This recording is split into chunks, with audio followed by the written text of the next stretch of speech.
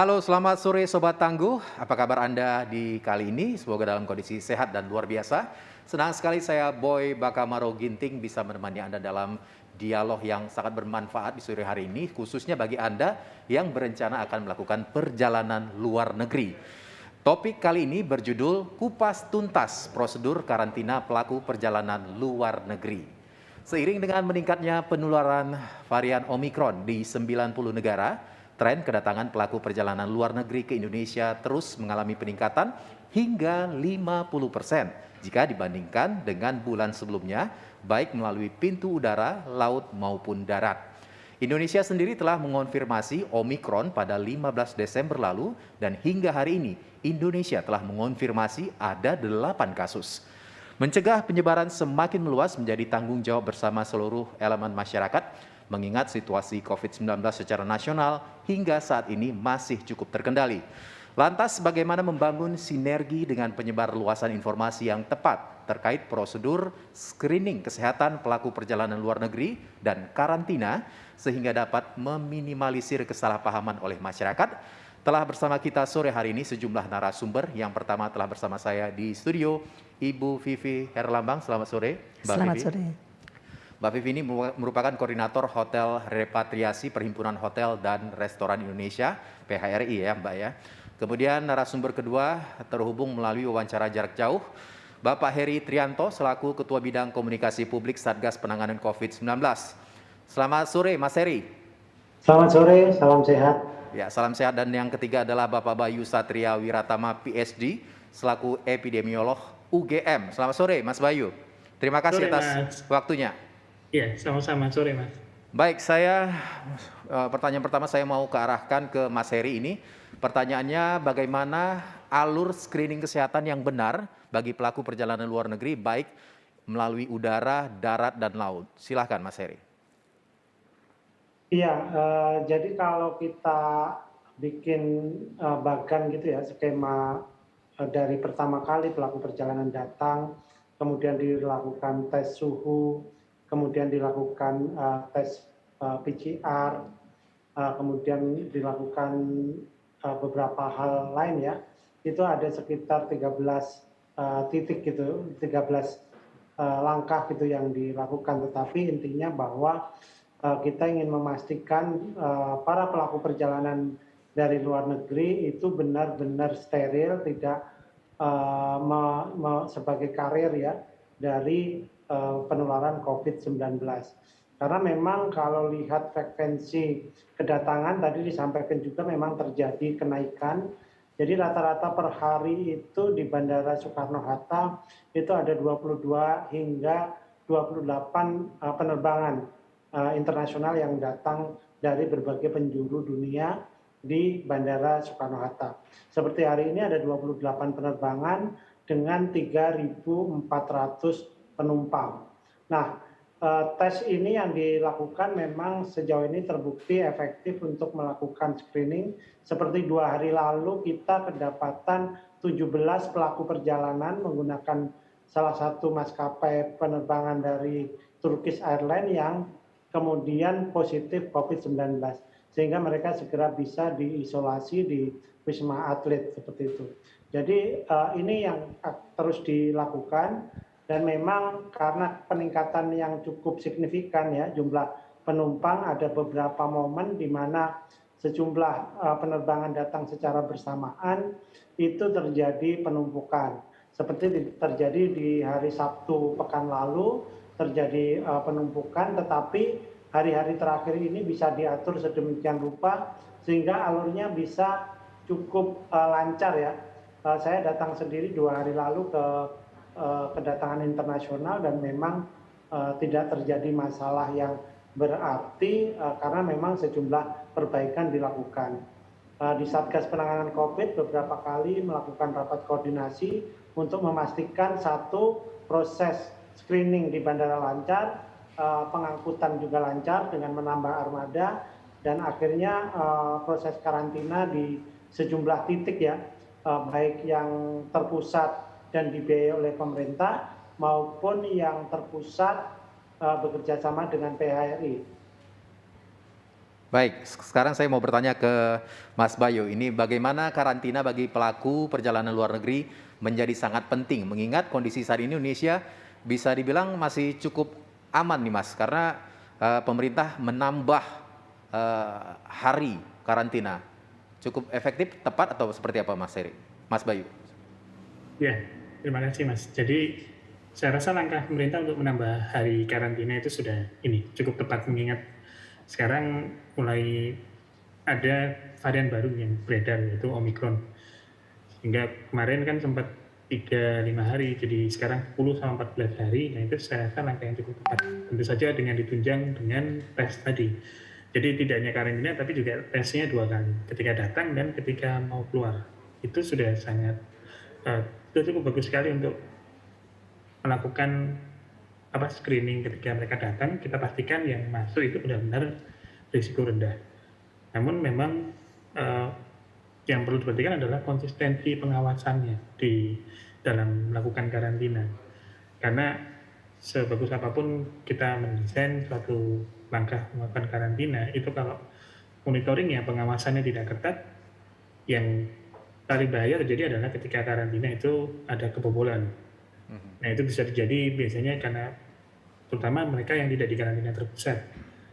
Jadi mereka yang karantina di hotel atau karantina di tempat pribadi untuk beberapa orang pemerintah, staf pemerintahan kan karantina bisa seperti itu. Nah itu hal yang cukup riskan untuk terjadi kebobolan saat karantina, karena titik kuncinya di karantina itu memastikan mereka benar-benar tidak kontak dengan siapapun atau kontak yang benar seminimal mungkin sampai kita bisa memastikan mereka tidak terkena COVID-19, yaitu ketika hasil tes kedua setelah tiba. Jadi ketika mau selesai karantina itu sudah keluar. Artinya sebelum itu keluar itu masih bahaya. Jadi tidak boleh sampai ada kontak dengan orang lain selain misalnya petugas pengambil spesimen. Artinya Mas Bayu ini karantina terpusat harusnya lebih diutamakan seperti itu, Mas Bayu? Ya kalau kita mencuriga di beberapa, terutama mungkin untuk negara yang memang tadi kasus yang kita menjadi concern itu tempat di mana mereka banyak kasus Omicron, itu nggak boleh, mau siapapun yang datang ke Indonesia kalau bisa mereka semua karantina terpusat, mau itu staf pemerintah, tapi mungkin beda ya kalau misalnya presiden atau staf menteri ke atas gitu mungkin bisa dicari cara lain. Tapi kalau di luar itu saya rasa dari negara-negara yang sangat berisiko jadi penularan Omicron atau sedang naik tinggi kasusnya, ya itu nggak boleh karantina di hotel. Mau itu alasan apapun mereka harus karantina terpusat. Karena karantina terpusat itu kan paling bagus pengawasannya. Karena di sana pasti banyak orang dan cara pengawasannya juga lebih bagus, terus lebih detail daripada ketika di luar karantina terpusat. Oke, baik. Sekarang saya beralih ke Mbak Vivi. Mbak Vivi, ini mungkin banyak yang menyimak ya, khususnya yang akan jalan-jalan ke luar negeri. Kira-kira mungkin bisa disampaikan skema karantina bagi plesiran yang akan berliburan di akhir tahun ini seperti apa skemanya, kemudian rekomendasinya seperti apa, bahkan mungkin lebih detail lagi bisa disebut update ketersediaan roomnya, kemudian rate-nya juga ini sangat penting. Silakan Mbak Vivi. Baik, terima kasih sebelumnya. Mungkin sebelumnya saya jelaskan dulu bahwa karantina yang kami kelola dari PHRI kelola itu adalah karantina di hotel. Artinya dia karantina mandiri. Jadi total hotel, total kamar yang kami siapkan saat ini sudah 16.588 kamar. Jadi sebenarnya di Jabodetabek. Iya, dari 135 hotel. Sedangkan yang untuk orang Indonesia yang PMI atau mahasiswa itu disediakan di Pademangan atau Nagra atau yang di free yang seperti itu. Tetapi kami ini karantina mandiri. Dari jumlah kamar 16.500 tersebut, sekarang ini tanggal hari ini tadi malam itu baru mencapai sebanyak 56% yang terisi, keterisiannya ya. Keterisian 56%. Iya, keterisiannya. Sehingga masih ada 43% lagi yang masih bisa atau 7.266 kamar. Jadi jangan khawatir kalau jumlah kamar kami menyediakan. Untuk hotel-hotel ini kami menyediakan dari hotel 2, bintang 2, bintang 3, bintang 4 dan bintang 5. Sebenarnya jumlahnya juga sangat variatif. Dari bintang 2 dan 3 itu ada 58 hotel atau 5.816 kamar. Kemudian bintang 4 ada 46 hotel atau 5.692 kamar. Dan bintang 5 sendiri 31 hotel atau 5.080 kamar. Sehingga semuanya sudah kita berikan, semuanya sudah kita libatkan, bintang 2 juga. Tetapi kami ingin sampaikan mengenai harga, tadi kan ditanya harga juga ya. Harga ini variasi sekali, jadi dari bintang 2, bintang 3, bintang 4 dan bintang 5. Bintang 2 sendiri sebenarnya hanya 6.750.000. Jadi salah untuk 10 hari. 10 hari. Iya, atau 9 malam 10 hari. Jadi sudah termasuk di dalamnya menginap selama 9 malam 10 hari. Sudah termasuk 3 kali makan, breakfast, lunch, dinner. Sudah termasuk 5 pieces laundry. Sudah termasuk transportasi dari airport ke hotel. 2 kali PCR dan tenaga kesehatan yang ada di hotel. Jadi itu untuk bintang 3, 6.750. Kemudian bintang 2, bintang 3 sendiri 7.740 ya. Ada maksimum rate-nya Mas. Ya. Maksimum rate-nya 9.175. Di sini ada semuanya. Kemudian bintang 4 9.225 sampai 11.425.000. Bintang 5 sendiri 12.425.000 sampai 16 juta. Sedangkan hotel luxury yang di atasnya bintang 5 itu dari 17 juta sampai 21 juta. Dan kami di hotel tidak diperkenankan menjual room only. Karena semua sudah termasuk dari breakfast, lunch, dinner tadi yang saya sampaikan semuanya. Itu Mas. Kunjungan Jadi, tim medis tiap hari atau? kunjungan tim medis berada di hotel. Dia menginap di hotel, standby. 24 jam. Jadi kalau dibutuhkan untuk dicek dan sebagainya ada tim medis di sana. Baik, ini kan 56% kan tahun barunya belum nih Mbak ya? Belum. Tapi nanti kira-kira prediksinya seperti apa setelah tahun baru? Apakah sudah ada yang booking memang atau prediksinya baru akan booking setelah tahun baru? Atau seperti apa? Boleh melakukan booking langsung dan sekarang sudah banyak yang booking sampai bulan Januari juga sudah ada. Kita sudah menyiapkan kamar lagi kan tadi saya sudah sampaikan. Masih ada 7.000 kamar lagi. Jadi 7.000 kamar dari bintang 2 sampai bintang 5 masih ada dan boleh langsung booking. Booking melalui jadi bisa dipastikan yang akan berangkat 56% ini nanti masih ada. Pulang-pulang masih ada ya? Masih, dan kami sarankan yang mau berangkat ke luar negeri melakukan booking dulu. Hotelnya sudah ada. Jadi karantina pada waktu kembali ke Indonesia sudah ada tempat untuk karantina. Boleh disampaikan lagi cara pemesanannya seperti apa? Oke, baik. Cara pemesanannya ada juga di sini saya sampaikan. karantinhotelsjakarta.com. Jadi Bapak Ibu boleh saja langsung pesan kamar, pesan untuk karantina melalui www.karantinhotelsjakarta.com. Oke, jadi nanti di situ aplikasinya gampang ya? Gampang sekali karena pakai WhatsApp dan pakai email. Oke, sekarang ini ya, kan nggak semua ya yang liburan ke luar negeri ya, tapi ada juga yang liburan di dalam negeri dan memang bersama keluarga. Kira-kira bagaimana ini dari PHRI bisa memisahkan ya antara yang mau karantina dengan yang liburan memanfaatkan potensi wisata lokal, jangan sampai yang mau liburan dalam negeri malah jadi korban diambil untung gitu. Seperti apa Mbak? Silahkan. Sebenarnya liburan dalam negeri itu indah banget loh di Indonesia. Kebetulan saya juga sering keliling Indonesia gitu ya karena saya kerjanya di hotel industri dan saya punya, maksudnya kami mengelola 27 hotel di Indonesia dan saya keliling-keliling. Itu jauh lebih bagus, maksudnya silahkan sekarang mungkin nggak perlu ke luar negeri. Keliling lah, saatnya keliling untuk Indonesia biar tahu gitu. Dan kalau keliling Indonesia tentu tidak karantina Mas. Jadi mereka rate-nya normal ya? Rate-nya normal seperti itu. Sebenarnya rate untuk karantina ini tidak mahal karena ini 10 hari. Jadi harus diperhatikan bahwa ini menginapnya sudah termasuk 10 malam, maksudnya 9 malam 10 hari. Sudah termasuk breakfast, lunch, dinner. Sedangkan kalau hari-hari biasa, kalau tidak karantina kan hanya breakfast saja. Begitu Mas. Oke. Baik, saya kembali ke Mas Heri. Saya ingin menanyakan ini, Mas Heri, bagaimana masyarakat yang termasuk dalam kategori dapat menggunakan fasilitas karantina yang disediakan pemerintah seperti PMI, pelajar, ASN yang pulang dinas luar negeri dalam memperoleh informasi terkait ketersediaan lokasi karantina terpusat. Silakan Mas Heri. Ya, berdasarkan surat edaran Kasatgas nomor 25 ada 3 kelompok masyarakat ya yang bisa memanfaatkan fasilitas karantina terpusat ini. Pertama adalah pelajar atau mahasiswa yang pulang dari selesai tugas belajarnya di luar negeri, kemudian pegawai negeri, dan yang ketiga adalah pekerja migran Indonesia. Jadi mereka ini yang mendapatkan kebijakan afirmasi disiapkan oleh tempatnya oleh pemerintah.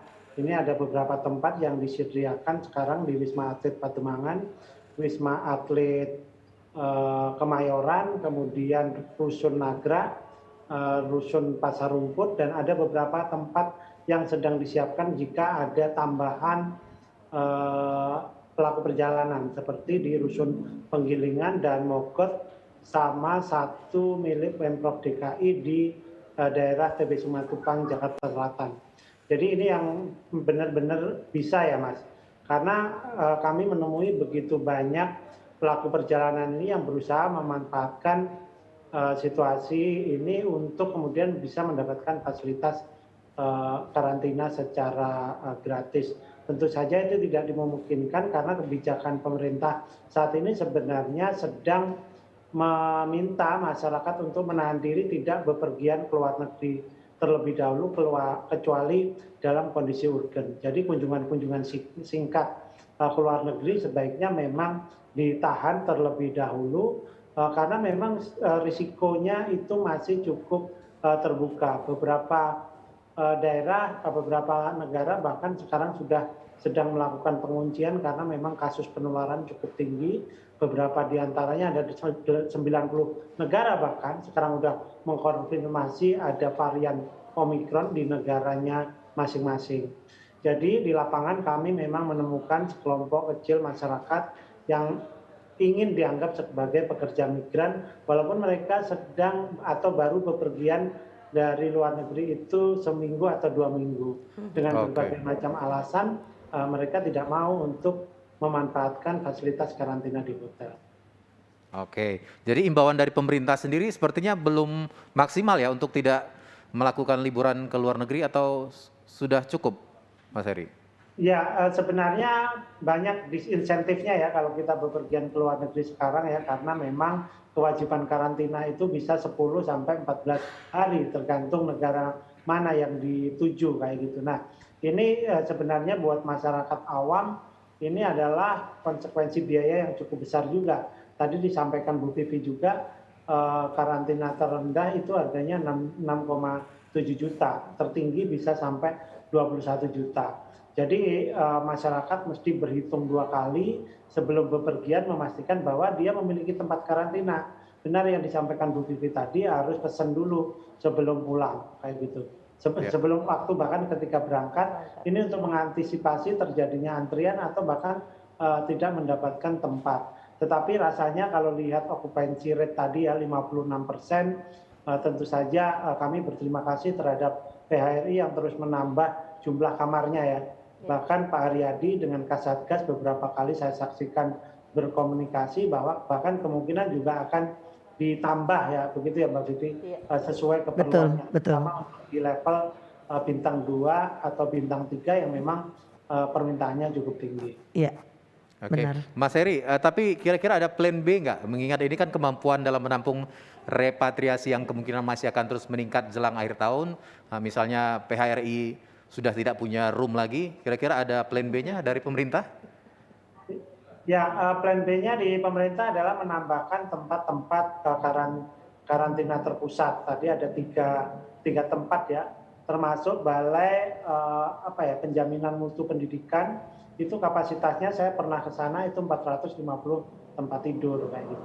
Dan saya lihat sekarang di sejumlah tempat karantina mandiri itu jumlah orang yang keluar, maksudnya keluar selesai karantina dibandingkan yang masuk juga beberapa hari ini cenderung lebih kecil.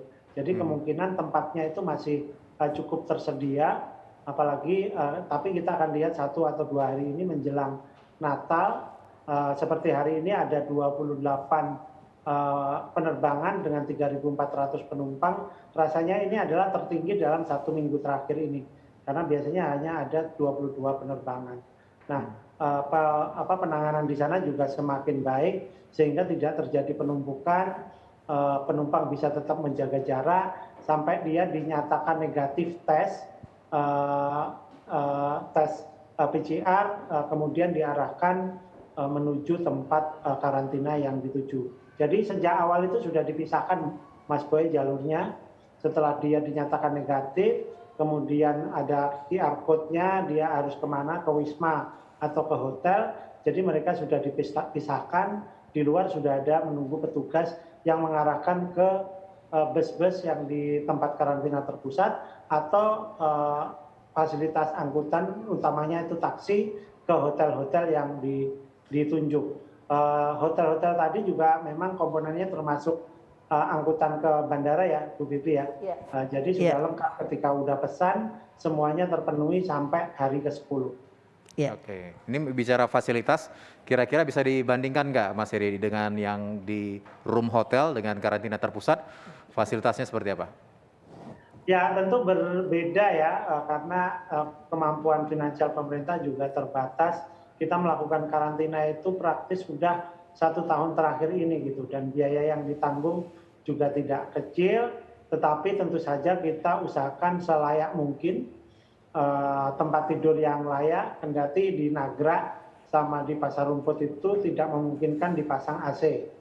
Tapi di sana ada tempat tidur yang memadai ya, untuk istirahat, ada kipas angin, kemudian ada permintaan juga di beberapa lantai untuk dipasang fasilitas internet ya, wifi-nya dipasang, sehingga ini juga membuat peserta karantina itu juga tidak gabut atau bete gitu di sana, untuk mereka tetap bisa terhubung secara online seperti itu. Kalau kebutuhan sehari-harinya gimana Mas Heri? Ya kebutuhan sehari-harinya ya ditanggung ya, baik Ditanggung. pemeriksaan PCR-nya, kemudian pemeriksaan kesehatan, termasuk makan 3 kali sehari. Tapi tentu saja ya memang ada kendala-kendala, karena ini kan yang ditangani ribuan ya. Di Tower 4 Wisma Atlet aja itu ada 2.000 kapasitasnya. Di Tower 7 ada 1.800. Sehingga kalau ada kekurangan-kekurangan tentu bisa dimaklumi, tetapi perbaikan-perbaikan itu akan selalu dilakukan. Baik, sekarang saya ke Mas Bayu ini. Mas Bayu, ini kan kita masih saja mendengar ya adanya pihak-pihak yang enggan mematuhi prosedur karantina yang sudah ditetapkan. Kira-kira apa saja yang perlu diketahui oleh masyarakat selama menjalani masa karantina? Kemudian protokol seperti apa yang harus diterapkan selama menjalani masa karantina, dan mengapa protokol ini menjadi sangat penting? Silakan Mas Bayu. Ya, terima kasih Mas Boy. Ya, jadi kalau terkait dengan karantina ini, protokolnya sebenarnya sederhana. Selama karantina tidak boleh interaksi dengan orang selain penghuni kamar. Jadi dia tidak boleh interaksi dengan yang lain. Itu saja sebenarnya. Jadi kalaupun mau keluar, misal ambil makan, pakai masker, jangan ngobrol, jadi ambil makan langsung masuk ke kamar. Nah, yang hal-hal seperti itu memang perlu diedukasi dan diberitahu. Misalnya liburan berlima, tapi yang 5 ini di karantina berinteraksi boleh? Tetap nggak boleh? Kalau liburannya berlima, mereka naik pesawat selalu berlima, terus selama liburan berlima terus, pulang juga berlima, itu masih sebenarnya risikonya masih apa-apa kalau bisa dijadikan satu. Tapi kalau bisa memang dipisah. Oke. Kalau memang bisa, karena kan mereka dalam satu kelompok yang berisiko sama, karena mereka kemana-mana berlima ini. Ya, jadi konsep seperti itu memang itu nggak apa-apa, karena kalau nggak salah di karantina terpusat sistemnya seperti itu, mereka tidak satu kamar satu, itu ada, jadi ada yang satu pesawat dari satu destinasi, satu pesawat mereka boleh sekamar. Tapi intinya adalah ya kita minimalisir, kalau memang itu di kamar saja, dengan yang lain kamar tidak boleh ada interaksi, bahkan dengan petugas. Jadi kalau misalnya waktu makan itu ya mereka tunggu makannya ditaruh, keluar pakai masker, tidak kontak dengan siapapun, ambil, terus masuk. Dan memang itu harus dengan kesadaran sendiri, karena tadi karantina terpusat, kalau tadi dengar dari Mas Heri, itu kan ribuan.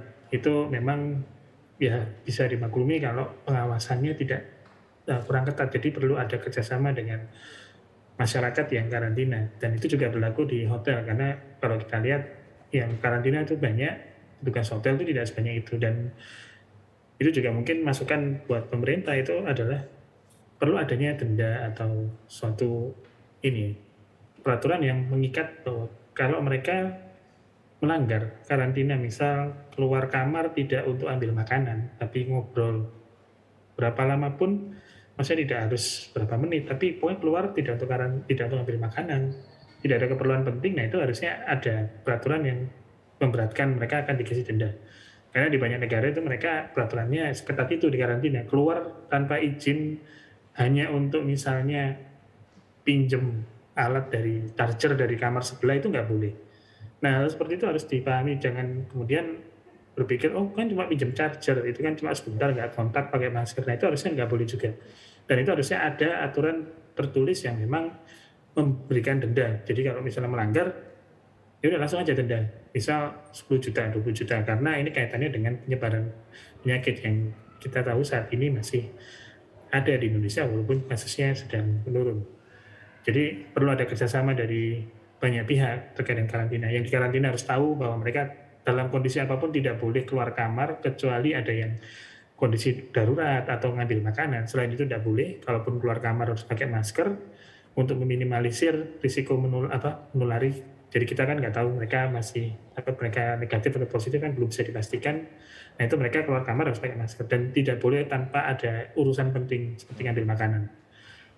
Dan Baik. juga kemudian dari tempat karantinanya juga membantu untuk mengawasi, dan pemerintah mungkin bisa memberikan tadi aturan yang memberatkan biar mereka yang karantina itu tertib gitu. Karena Indonesia kalau nggak ada aturan yang denda seperti itu kadang mereka tidak begitu tertib. Oke, tertib di karantina seperti tidak pinjam-pinjam charger, tapi ini ada imbauan lain nggak, Mas Bayu, untuk masyarakat yang akan liburan akhir tahun ini, mengingat dalam proses kedatangan internasional ini pastikan ada antrian screening kesehatan, kemudian di lokasi wisatanya sendiri kira-kira apa imbauannya supaya transmisi virus ini tidak mudah terjadi, Mas Bayu? Ya, jadi untuk ke luar negeri ya disarankan seperti tadi Mas Heri bilang, kalau bukan untuk keperluan yang mendesak ya sebaiknya jangan. Kalau hanya untuk berliburan, sebaiknya di dalam negeri saja, karena risikonya lebih rendah daripada di luar. Ya kita bisa lihat kasusnya lebih rendah di sini daripada misal di UK, United Kingdom, atau di Singapura. Dan banyak tempat-tempat yang bagus. Tapi kalau memang harus keluar negeri, pastikan ketika di luar negeri itu tadi tetap patuhi protokol kesehatan. Jangan kemudian di negaranya itu misal sudah boleh lepas masker, terus tapi kasusnya memang lagi tinggi, cuma pemakaian maskernya kadang di negara lain tuh ya ada yang tetap lebih loose gitu, jadi nggak wajib. Nah kita ya sebagai orang Indonesia, kita nggak tinggal di sana, kita akan balik ke Indonesia ya harusnya tetap sadar diri bahwa kita nanti akan kembali ya kita melakukan protokol kesehatan di luar negeri. Dan begitu kembali, kalau memang bandaranya ramai ya kita harus sadar juga jaga jarak tanpa perlu disuruh. Dan tidak ada lagi serobot-nyerobot, kemudian kalaupun mau minum itu atau makan misalnya karena memang harus makan atau minum obat misalnya atau lapar sekali, ya cari tempat yang agak mojok dikit yang nggak terlalu ramai untuk buka masker terus minum atau makan.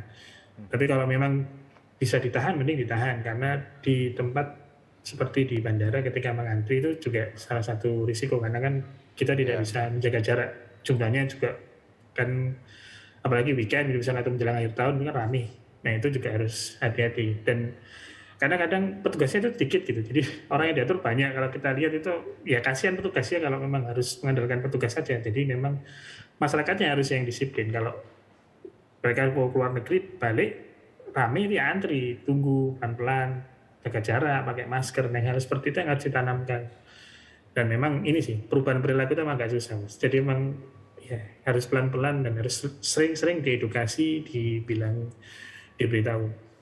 Baik, terima kasih Mas Bayu. Saya kembali ke Mbak Vivi. Ini tadi mungkin sudah disinggung sedikit ya, tapi kira-kira dari PHRI sendiri secara organisasi mungkin kira-kira ada nggak punishment atau mungkin bagi pihak-pihak yang mengambil untung dengan kondisi seperti ini? Yang mengingatkan tadi Mbak Vivi juga mendukung ya untuk masyarakat memanfaatkan objek wisata lokal. Kira-kira apa ini yang akan diambil? Sebenarnya kalau di PHRI sendiri semua ada aturannya, Ada jelas. Sebelumnya dia harus punya QR code tamu. Kalau mau datang ke Oke. Indonesia, dia harus punya QR code di mana dia menentukan hotel mana. Udah tahu dulu. Jadi kemudian ada airport dispatcher yang menjemput, kemudian pergi ke mobil gitu ya, ke kendaraan yang disiapkan, kemudian baru berangkat ke hotel. Sampai di hotel juga semuanya dicek. Termasuk paspor pun dibawa oleh airport dispatcher. Jadi tidak dibawa oleh tamunya. Supaya tamunya tidak kabur gitu ya. Dan sebagai administrasi juga. Jadi aturan-aturan itu ketat banget. Seperti di hotel sendiri tadi saya setuju dengan yang dikatakan sebelumnya Mas Bayu. Itu tidak boleh keluar. Jadi harus ada di kamar saja. Kita pun untuk check-innya pintunya pun berbeda dengan apabila menerima tamu reguler. Oke. Jadi tamunya berbeda, Kalau suami pintunya istri boleh dong iya. satu kamar? Kalau suami istri boleh. Boleh, ya. Yang satu kamar boleh itu hanya suami istri atau anak. Anak. Jadi ibu dan anak atau bapak dengan anak gitu. Jelas dibuktikan bahwa itu anaknya gitu ya. Kemudian aturan-aturannya jelas. Misalnya tidak boleh pesan makanan misalnya GoFood. Enggak, karena di hotel sudah menyiapkan breakfast, lunch, dinner. Dan kalau misalnya mau booking gitu, mau melapar gitu, boleh pesan makanan di room service. Biasanya room service untuk karantina kita ada diskon berkisar antara 20% sampai 30% karena harganya tidak biasa. Karena kita tahu kebutuhannya 10 hari sehingga kita memberikan diskon dan harga-harga khusus. Begitu. Terus kemudian juga kita tidak boleh keluar dari kamar sama sekali. Jadi misalnya tamunya tadi dikatakan mau makan, mau ambil keluar gitu ya. Ya boleh kalau untuk ngambil makanan karena makanan disediakan di depan kamar. Kemudian dia kembali kalau misalnya kamarnya minta dibersihkan gitu karena 10 hari cukup lama. Kalau minta dibersihkan silahkan untuk telepon ke front office kemudian nanti akan dibersihkan oleh housekeeping. Boleh, jadi untuk dibersihkan oleh teman-teman housekeeping juga boleh. Tentu saja housekeepingnya menggunakan APD 3, APD yang lengkap gitu ya. Dan itu akan dilakukan oleh hotel. Itu kira-kira dan tidak boleh berenang, fitness, spa, apa saja memang tidak diperbolehkan menurut aturan karena ini karantina. Oke. Seperti itu Mas. Jadi ini 10 hari menu berubah tapi pasti ya? Menu pasti berubah, setiap waktu berubah. Jadi kalau dia diet gitu, dietnya apa diberitahukan aja ke hotel. Oke. Kita bisa menyediakan misalnya sakit gitu ya, oh saya tidak boleh makan ini, tidak boleh makan ini, saya harus makan ini, boleh. Diajukan dan akan disediakan oleh hotel tersebut. Juga kalau misalnya anak kecil ya, bayi gitu, dibutuhkan kan juga makanan-makanan khusus, itu juga diperbolehkan. Tetapi kalau yang biasa ya enggak, kalau ini khusus untuk yang diet atau ada sakit atau untuk bayi, kita siapkan.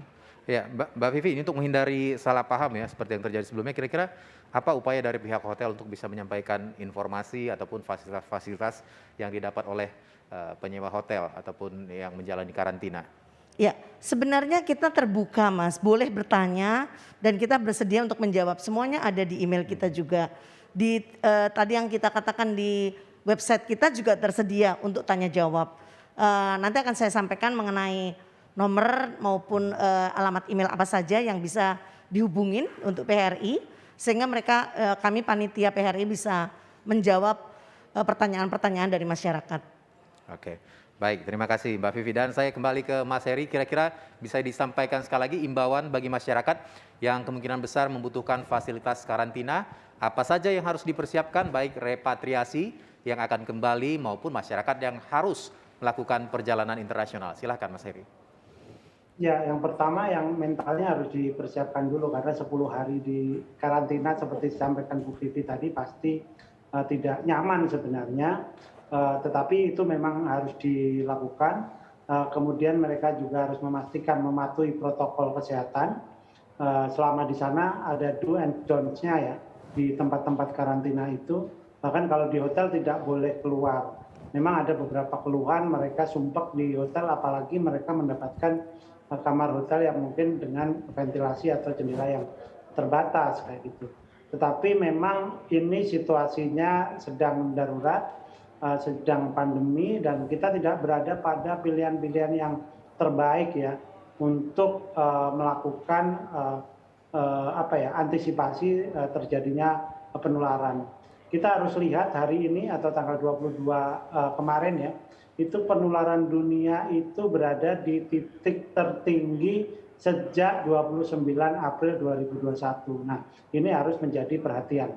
Yakni sehari itu 894.000 kasus kemarin ya, kasus harian kemarin dunia itu tertinggi ini selama ini di bulan April 900.000. Jadi ini tentu saja harus kita baca. Mas Bayu mungkin sebagai epidemiolog tahu lebih dalam gitu. Kira-kira apa sih yang terjadi dengan pandemi COVID-19 ini saat ini ketika sejumlah negara tingkat penularannya tidak pernah turun-turun, tingkat kematian hariannya juga tidak turun. Saya perhatikan di Rusia itu dalam 2 bulan tingkat kematian hariannya selalu di atas 1.000. Demikian juga dengan Amerika Serikat.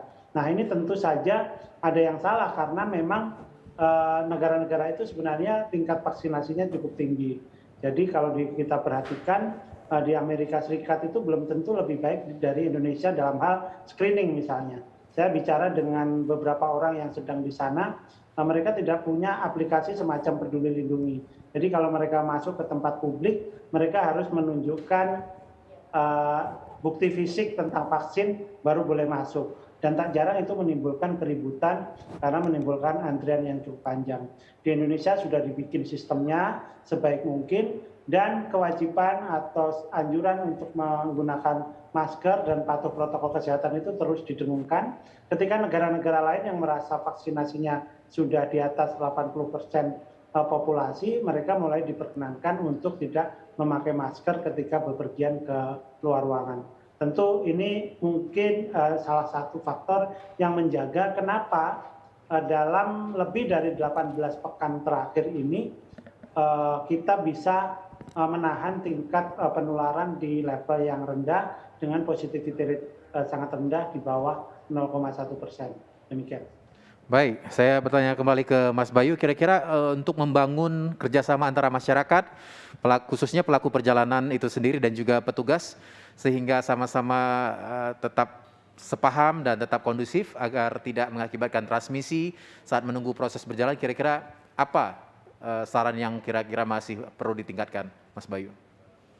Iya, terima kasih Mas. Jadi untuk meningkatkan ini, ya bisa lebih bagus lagi itu tadi.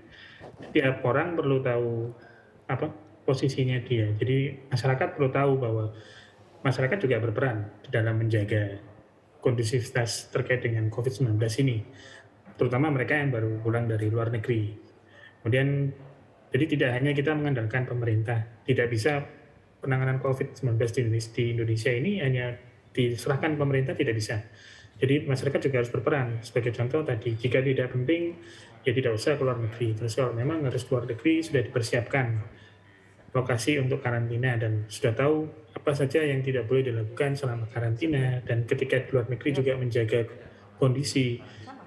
Dan saat menunggu kedatangan tadi harus tahu apa saja yang harus diperhatikan, jaga jarak, masker tetap dipakai kecuali tadi makan atau minum. Dan hal-hal itu memang harus selalu kita edukasi ke masyarakat agar mereka tahu bahwa ya kita tidak bisa selamanya mengandalkan dari pemerintah saja. Jadi kita harus bantu pemerintah. Tapi bukan berarti pemerintah juga bisa bersantai karena tadi masyarakat berusaha seperti itu, pemerintah membantu mengawasi, melihat gimana pelaksanaan. Tadi misalnya kalau tahu ada yang ramai mungkin bisa dicoba dibuka counter yang lebih banyak, atau kemudian tadi jika jumlah karantina terpusatnya mulai mau penuh bisa dicarikan lagi tempat karantina terpusat lain.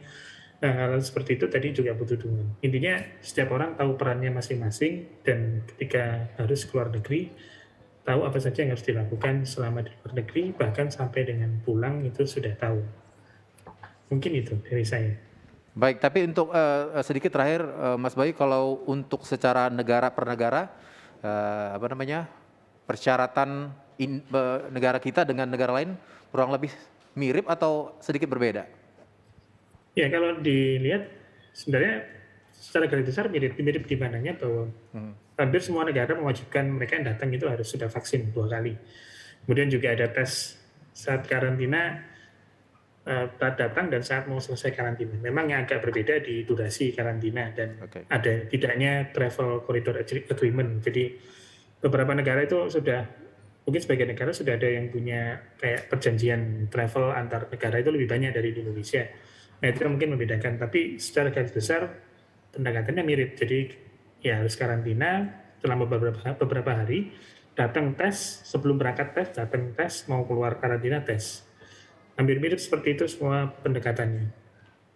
Baik, terima kasih Mas Bayu. Saya kembali ke Mbak Vivi. Mungkin tadi di awal-awal ada yang belum menyimak, tertinggal dialog kita sore hari ini. Kira-kira mungkin bisa disampaikan kembali nih dari PHRI supaya masyarakat bisa menjadi lebih nyaman lagi ya untuk bisa berjalan-jalan ke luar negeri. Kira-kira apa saja antisipasinya untuk menghalau oknum-oknum yang bermain dalam situasi seperti ini, dan kira-kira mungkin bisa disampaikan kembali ke masyarakat untuk mendapatkan informasi yang tepat dan cermat mengenai karantina terpusat dengan biaya sendiri, bisa diakses di mana? Silakan selengkap-lengkapnya Mbak Vivi. Ya, terima kasih Mas.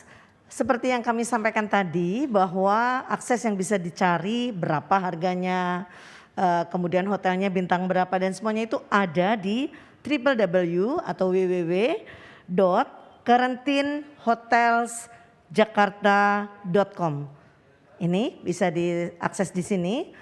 Dan itu bisa dicari semua. Dan saya sarankan sebelum berangkat ke luar negeri booking dulu untuk karantinanya. Sehingga pasti pada waktu kembali ke Jakarta sudah mendapatkan hotel dan harganya udah pasti harganya itu. Kemudian tadi saya akan nyampaikan mengenai email untuk Bapak Ibu kalau yang mau bertanya tentang karantina ini, harga, mau menanyakan berapa malam dan sebagainya. Bisa ke karantinhoteljakarta@gmail.com atau repatriasihoteljakarta@gmail.com. Jadi itu ada di situ email saya, email kami dari PHRI, dan bisa ditanyakan di situ berbagai macam tentang karantina. Jangan lupa kalau untuk pesan hotel sebelumnya, sebelum berangkat jalan-jalan ke luar negeri, supaya pasti dan kita menghindari untuk ada oknum-oknum dan sebagainya. Saya rasa tidak ada. Di bandara sudah tidak ada. Dan ini kita benar-benar kalau semuanya melalui website kita, melalui www.karantinhotelsjakarta.com tadi semuanya pasti mendapatkan harga yang pasti. Tidak dilebih-lebihkan atau bagaimana. Harganya sudah pasti. Tapi kalau WNA yang benar-benar misalnya baru datang ke Jakarta atau ke Indonesia, itu kira-kira di sananya akan dibantu oleh siapa untuk mendapatkan informasi seperti ini? Satgas tahu sebenarnya, Satgas ya. tahu, dan kami hotel di bandara juga ada yang jaga, ada yang standby. Ada yang standby, hotelnya bergantian. Kita kan ada 135 hotel. Setiap hari itu ada 6 hotel yang berjaga secara bergantian dari jam 8 sampai jam 00 dari jam 00 sampai jam 8 pagi ada. Jam 8 pagi sampai jam 4 sore ada, jam 4 sore sampai jam 00. Jadi 24 jam. Dan dipantau terus oleh PHRI ya? Dipantau Tidak terus ada oknum-oknum. Iya, baik. Oke, baik. Sekarang saya mau untuk yang terakhir, kira-kira dari narasumber ada yang ingin ditambahkan? Mungkin silakan Mbak Vivi, mungkin apa yang masih belum disampaikan dari awal kita diskusi tadi? Ya, kalau kami dari PHRI menyarankan sekaranglah saatnya untuk bepergian, menikmati Indonesia. Indonesia adalah negara kita yang tercinta. Terima kasih. Oke, baik. Terima kasih Mbak Vivi. Saya silakan Mas Heri. Ya, karena memang COVID-19 masih ada, kita semua harus tetap waspada. Jangan pernah meremehkan situasi seperti sekarang ini. Protokol kesehatan harus tetap dilakukan dan memang menjelang tahun baru mobilitas harus dijaga, tidak perlu keluar negeri dahulu. Memang tadi seperti disampaikan Mas Bayu bahwa di Indonesia jauh lebih aman karena kita tahu juga tingkat penularan harian itu di rata-rata 200-an. Jadi mudah-mudahan ini tahun baru ini juga akan lebih baik dari tahun lalu, tetapi kita tetap dengan kewaspadaan tingkat tinggi. Baik, terima kasih Mas Heri. Silakan dari Mas Bayu, kira-kira seperti apa? Kalau saya pribadi mungkin banyak juga beranggapan seperti ini ya Mas Bayu, dibandingkan dengan varian Delta, kemudian Omikron ini yang katanya lebih bahaya, tapi dari sisi efek ternyata tidak secepat seperti dahulu. Apakah memang kitanya yang Sudah lebih siap atau seperti apa, Mas Bayu?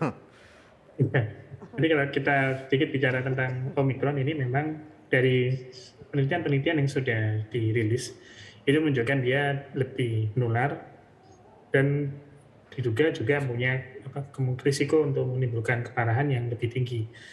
Tapi tetap sama, masih bisa dikurangi risiko tersebut dengan vaksin. Vaksin 2 dosis masih bagus, sehingga kita tidak perlu terlalu khawatir. Tapi juga tadi kita tetap harus waspada, karena tadi walaupun sudah divaksin itu kemungkinan dapat yang COVID beratnya ringan kecil, tapi kita tetap bisa menularkan. Nah, itu yang perlu jadi poinnya juga, bahwa setelah divaksin itu tidak langsung jadi Superman gitu, terus kebal dengan semua varian, tidak. Tapi kita risiko untuk menjadi beratnya kecil, tapi masih bisa kena, cuma ringan.